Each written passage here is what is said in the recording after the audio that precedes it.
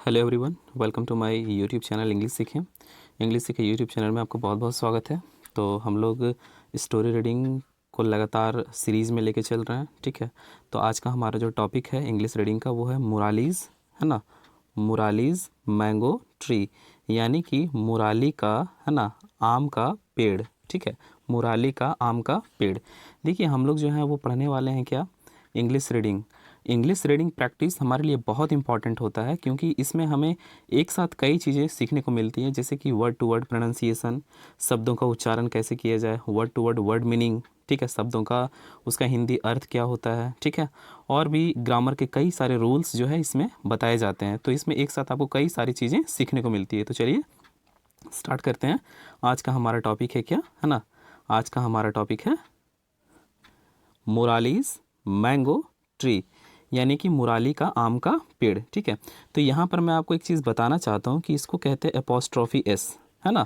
Apostrophe S यहाँ पर आप देख पा रहे हैं, यहाँ पर जो लगा हुआ है इसको कहते हैं एपोस्ट्रॉफी और इसको कहते हैं एस।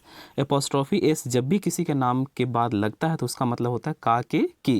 जैसे यहाँ पे मुराली के बाद लगा है एपोस्ट्रॉफी एस, यानी कि मुराली का, यानी कि मुराली का मैंगो ट्री, आम का पेड़, ठीक है। तो चलिए स्टार्ट करते हैं।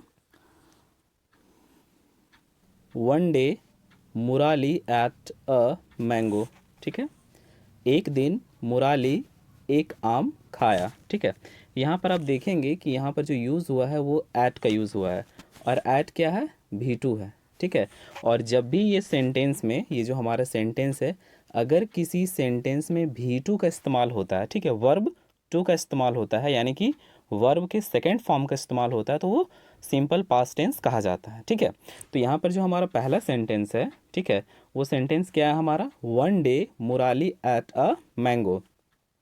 One day Murali ate a mango, तो ये सेंटेंस है। इस सेंटेंस में जो वर्ब यूज़ हुआ ये भी2 हुआ है, और चूंकि अगर किसी सेंटेंस में भी2 यूज़ हो तो वो सिंपल पास्ट टेंस का सेंटेंस होता है, यानी कि कोई काम हुआ है, ठीक है। वन डे यानी कि एक दिन, है ना, मुराली एक आम खाया, ठीक है। He threw the seed behind his house, यानी कहने का मतलब है कि ही थ्रू, यहाँ पर भी जो है, ठीक है, यहाँ पर भी जो है वो यूज़ हुआ है क्या, भी2 का यूज़ हुआ है। यहाँ पर आप देख सकते हैं ये थ्रू है, थ्रू भी क्या है, भी2 है, ठीक है। यानी कि ये जो सेंटेंस है, ये सेंटेंस जो आप देख पा रहे हैं, ये टोटल सेंटेंस क्या है, सिंपल पास्ट टेंस का सेंटेंस है ना। तो यहाँ पर जो थ्रू वर्ड का यूज़ हुआ है ये THROW, थ्रो का सेकंड फॉर्म है, और जब भी सेकंड फॉर्म ऑफ वर्ब का यूज़ होता है तो वो सिंपल पास्ट टेंस कहलाता है। यानी कि ये जो हमारा, ठीक है, आप यहाँ पर देख पा रहे हैं, ठीक है, यानी कि जो हमारा पहला सेंटेंस है, ठीक है, और ये जो हमारा दूसरा सेंटेंस है, ये दोनों सेंटेंस जो है वो सिंपल पास्ट टेंस का है, ठीक है। सिंपल पास्ट टेंस का क्यों है, क्योंकि यहाँ पर एट मीन्स भी2 का यूज़ हुआ है, और यहाँ पर थ्रू मीन्स भी2 का यूज़ हुआ है, आप देख पा रहे हैं, ठीक है। ये भी भी2 है एट, ये ईट का भी2 है, और ये थ्रो का भी2 है, थ्रू, ठीक है। यानी कि one day Murali ate a mango, ये भी सिंपल पास्ट टेंस का सेंटेंस है, और he threw the seed behind his house, ये भी सिंपल पास्ट टेंस का सेंटेंस है, ठीक है। तो जब भी सिंपल पास्ट टेंस का सेंटेंस होता है तो इससे कोई काम जो होता है वो पास्ट में ख़त्म हो गया है, ठीक है। यानी कि one day Murali ate a mango, यानी कि एक दिन मुराली एक आम खाया। ही थ्रू, उसने फेंका, द सीड, है ना, जो उसका बीज होता है, बीज को फेंका। ही थ्रू द बीज, उसने बीज फेंका। बिहाइंड हिज हाउस, यानी कि अपने घर के पीछे, ठीक है। मेनी मंथ्स लेटर, यानी कि कई महीने बाद। मेनी मंथ्स का मतलब हुआ कई महीने, लेटर मीन्स हुआ के बाद, यानी कि कई महीनों के बाद। ही शा अ प्लांट, है ना, उसने उसने एक पौधा देखा, ठीक है। यहाँ पर आप गौर करेंगे कि यहाँ पे जो शा का यूज हुआ SAW, सा, ये सी का सेकंड फॉर्म है, SEE, सी मीन्स देखना, और ये सी का सेकंड फॉर्म है।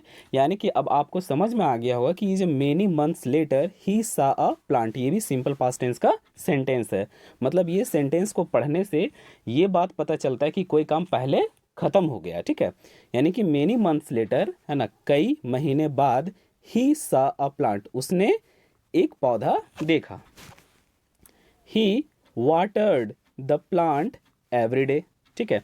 यानी कि ये जो देखिए यहाँ पर भी आप देखेंगे, है ना, ये जो यूज़ हुआ है वाटर्ड, ये भी क्या, water, WATER, water, water means होता है पानी, और WATER वाटर, वाटर मीन्स एक और होता है पानी देना, ठीक है। तो वाटर का मतलब हो गया पानी देना, और वाटर्ड मीन्स क्या, पानी दिया। यहाँ पर भी क्या है, V2 है, वाटर का सेकंड फॉर्म है वाटर्ड। तो ये सेंटेंस भी जो आप देख पा रहे हैं, ये टोटल सेंटेंस जो है, ये सेंटेंस हमारा क्या है, सिंपल पास्ट टेंस का सेंटेंस है, ठीक है। तो ही वाटर्ड, उसने पानी दिया, द प्लांट, पौधे को, एवरीडे, प्रत्येक दिन, ठीक है। The plant grew into a big mango tree, ठीक है। प्लांट मीन्स क्या, पौधा, ग्रीव मीन्स बढ़ा। यहाँ पर आप देखेंगे जो ग्रीव का जो यूज़ हुआ है, ये क्या है, ग्रो का सेकंड फॉर्म ऑफ वर्ब है, ठीक है। ग्रो मीन्स बढ़ना, और grew, GROW, grow, grow means बढ़ा, और GREW, grew, sorry, GROW, grow, grow means बढ़ना, और GREW, ग्रीव, ग्रीव मीन्स बढ़ा, ठीक है।